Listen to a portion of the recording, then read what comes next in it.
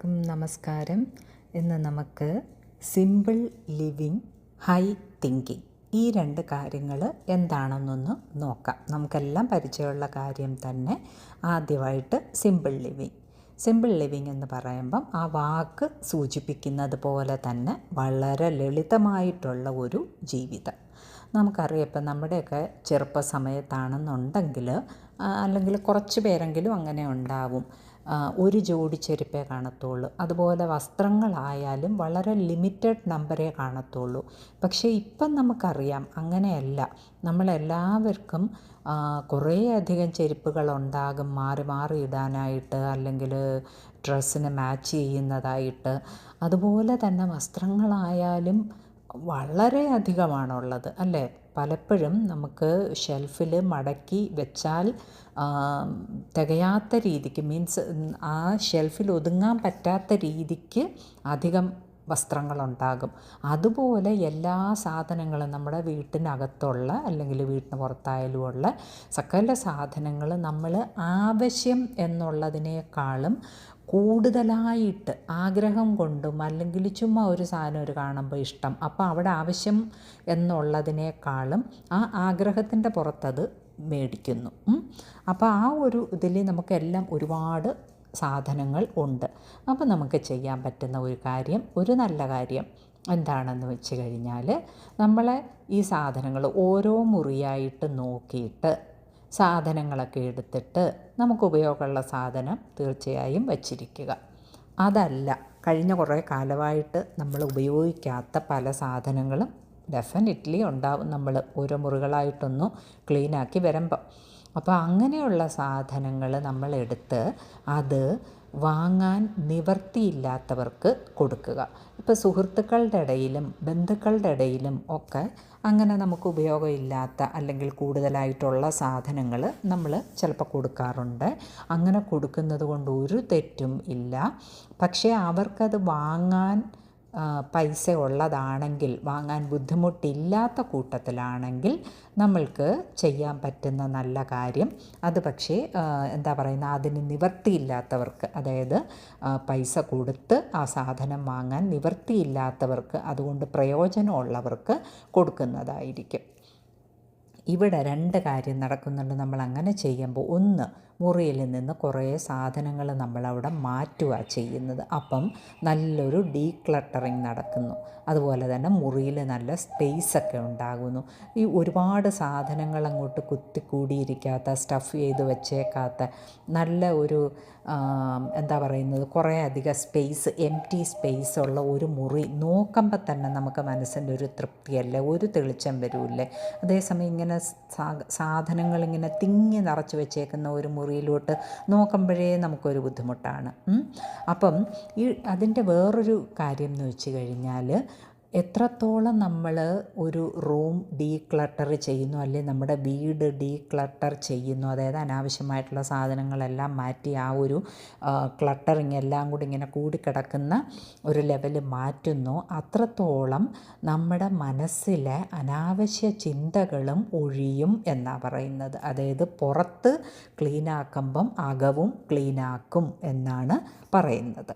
അതുപോലെ തന്നെ നമുക്ക് അധികം ഉള്ള സാധനം മറ്റുള്ളവർക്ക് കൊടുക്കുമ്പോൾ, അതും ആവശ്യമുള്ളവർക്ക് കൊടുക്കുമ്പോൾ, അതൊരു വലിയ സേവനം കൂടെ ആവുക ചെയ്യുന്നത്. സേവനം എന്ന് പറയുമ്പോൾ ഒരു കാര്യം ഓർക്കണം, നമ്മൾ എന്ത് സർവീസ് ആർക്ക് ചെയ്താലും അത് നമ്മളൊരു അവരോടുള്ള ഒരു സഹതാപത്തിൻ്റെ പുറത്തായിരിക്കരുത് കൊടുക്കുന്നത്. അങ്ങനെ വിചാരിക്കരുത്. അങ്ങനെ ചെയ്താൽ അതായത് ഇപ്പം നമ്മുടെ ഉള്ളിലും അവരുടെ ഉള്ളിലും നമ്മുടെ എല്ലാവരുടെ ഉള്ളിലും ഉള്ള ചൈതന്യം ഒന്ന് തന്നെയാണ്. നമ്മളങ്ങനെ ഒരാളോട് സഹതാപത്തോടു കൂടി കൊടുക്കുമ്പം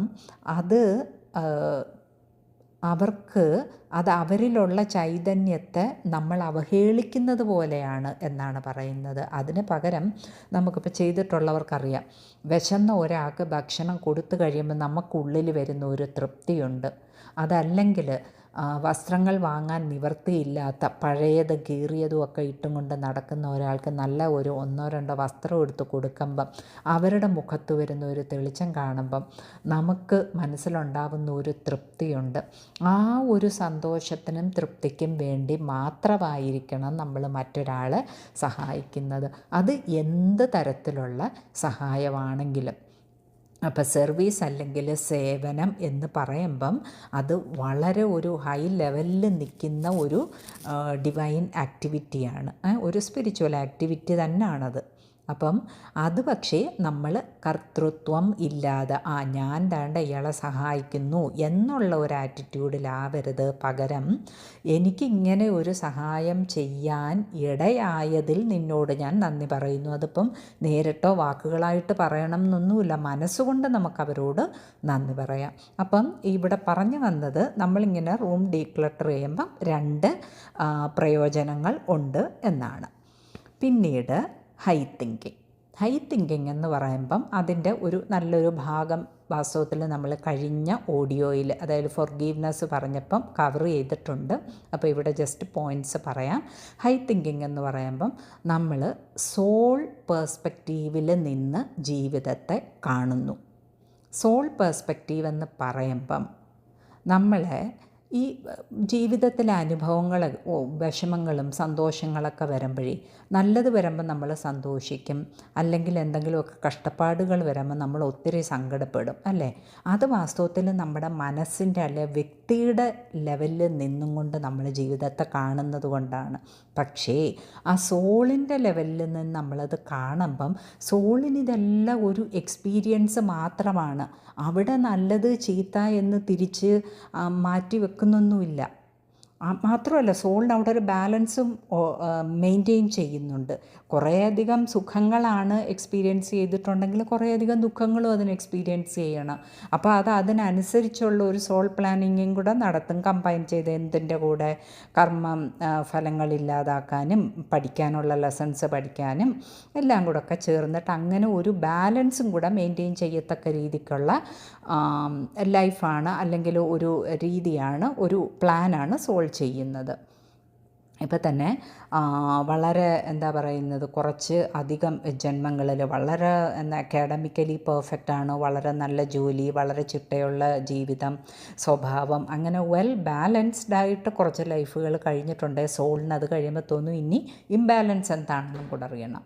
അപ്പോഴാണ് പല അസുഖങ്ങൾ, അതായത് എന്തെങ്കിലുമൊക്കെ സൈക്കോളജിക്കൽ ഇഷ്യൂസ്, അങ്ങനെ എന്തെങ്കിലുമൊക്കെ തരത്തിൽ ഇംബാലൻസ്ഡ് ആയിട്ടുള്ള ഒരു ലൈഫ് സോൾ പ്ലാൻ ചെയ്യും. അതിനകത്ത് മറ്റു കാര്യങ്ങളും കൂടെ വരും കേട്ടോ, കാർമിക് ഡെപ്റ്റ് തീർക്കാനും ലെസൺസ് ലേൺ ചെയ്യാനും എല്ലാം കൂടെ ചേർന്നിട്ട്. എനിവേ, അപ്പം ബേസിക്കലി നമ്മൾ ആ സോളിൻ്റെ ലെവലിൽ നിന്നും ജീവിതത്തെ കണ്ടു കഴിഞ്ഞാൽ ഏറ്റക്കുറച്ചിലുകളില്ലാതെ ജീവിതത്തെ നമുക്ക് മുന്നോട്ട് കൊണ്ടുപോകാൻ പറ്റും.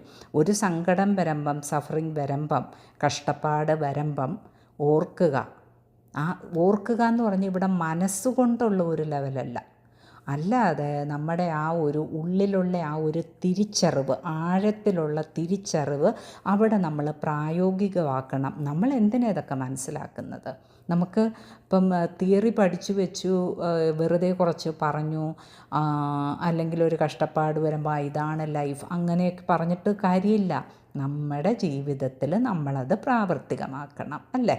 അപ്പം ഒരു കഷ്ടപ്പാട് ജീവിതത്തിൽ വരുമ്പം ഓർക്കുക, എനിക്ക് അർഹതയില്ലാത്ത ഒന്നും എനിക്ക് കിട്ടൂല. അത് നല്ലതാണെങ്കിലും ചീത്തയായാലും എനിക്കുള്ള സന്തോഷങ്ങളും എനിക്കുള്ള അനുഗ്രഹങ്ങളും എല്ലാം, അല്ലെ എൻ്റെ നല്ല ആരോഗ്യം, എനിക്കുള്ള എന്താ പറയുന്നത് സാമ്പത്തികം നല്ലത്, നല്ല ജോലിയുണ്ട്, നല്ല കുടുംബമുണ്ട്, അതെല്ലാം എനിക്കുള്ള അനുഗ്രഹങ്ങൾ. അതെല്ലാം എൻ്റെ നല്ല കർമ്മം, ഞാൻ എന്നോ ചെയ്ത നല്ല കർമ്മമാണ് ഇപ്പോഴും ഈ അനുഗ്രഹങ്ങളായിട്ട് വന്നേക്കുന്നത്. അതുപോലെ ഞാൻ എന്നോ ചെയ്ത ചീത്തക്കർമ്മങ്ങൾ, അത് ഒരുപക്ഷെ തെറ്റാണെന്ന് അറിയുക പോലും ചെയ്യാതെ ചെയ്തതായിരിക്കാം. എന്നോ ഏതോ ജന്മത്തിൽ ആരോടോ എവിടോ ചെയ്ത കർമ്മം, ചീത്തക്കർമ്മം, അതിൻ്റെ കർമ്മഫലം ദാണ്ട് ഇപ്പം തീരാൻ പോവുക. വലിയ കാര്യമല്ലേ? കാര്യം ഇത് ഈ ഒരു കണക്ക് തീർന്നില്ലെങ്കിൽ എത്ര ജന്മങ്ങൾ കഴിഞ്ഞാലും നമ്മളിതിങ്ങനെ ആ സെയിം സിറ്റുവേഷൻ ഒരുപക്ഷെ ഇൻറ്റൻസിറ്റി കൂടി അനുഭവിച്ചു കൊണ്ടേയിരിക്കും. അപ്പം മനസ്സിലാക്കുക, അത് എൻ്റെ കർമ്മഫലം കഴിഞ്ഞു പോവുക. അപ്പോൾ കർമ്മഫലം ഉള്ളപ്പോൾ അതിൻ്റെ കൂടെ ചേർന്നിട്ട് കുറേ അധികം കഷ്ടപ്പാടുകളും ഉണ്ടാവത്തില്ലേ. അപ്പോൾ ആ ഒരു കർമ്മഫലം കഴിയുമ്പോഴത്തേക്ക് ആ കഷ്ടപ്പാടുകളും കഴിയുക. അപ്പോൾ ആ ഒരു സമയത്ത് അപ്പോൾ കൂടുതലായിട്ട് ഇപ്പോൾ പ്രാർത്ഥിക്കുന്നവർ, നാമം ചൊല്ലുന്നവർ ഒക്കെ ആണെങ്കിൽ പ്രാർത്ഥിക്കുക, എന്നെ ഈ ഒരു സാഹചര്യം എനിക്ക് മനസ്സിലാകുന്നു ഇതെൻ്റെ കർമ്മഫലമാണ്, അല്ലെങ്കിൽ എനിക്കെന്തോ ഇതിൽ നിന്ന് പഠിക്കാനുണ്ട്, അത് ഞാൻ പഠിക്കാം, അതിന് ഞാൻ തയ്യാറാണ്. അതുപോലെ തന്നെ എന്താണ് എൻ്റെ ആ ഒരു കർമ്മഫലമാണെന്ന് ഞാൻ മനസ്സിലാക്കുന്നു, അത് കടന്നു പോകാൻ എന്നെ സഹായിക്കണേ, കടന്നു പോകാൻ ഞാൻ തയ്യാറാണ്, അനുഭവിക്കാൻ ഞാൻ തയ്യാറാണ്, കടന്നു പോകാൻ എന്നെ സഹായിക്കണേ. മെഡിറ്റേഷൻ ചെയ്യുന്നവരാണെങ്കിൽ കൂടുതൽ മെഡിറ്റേഷൻ ചെയ്യുക.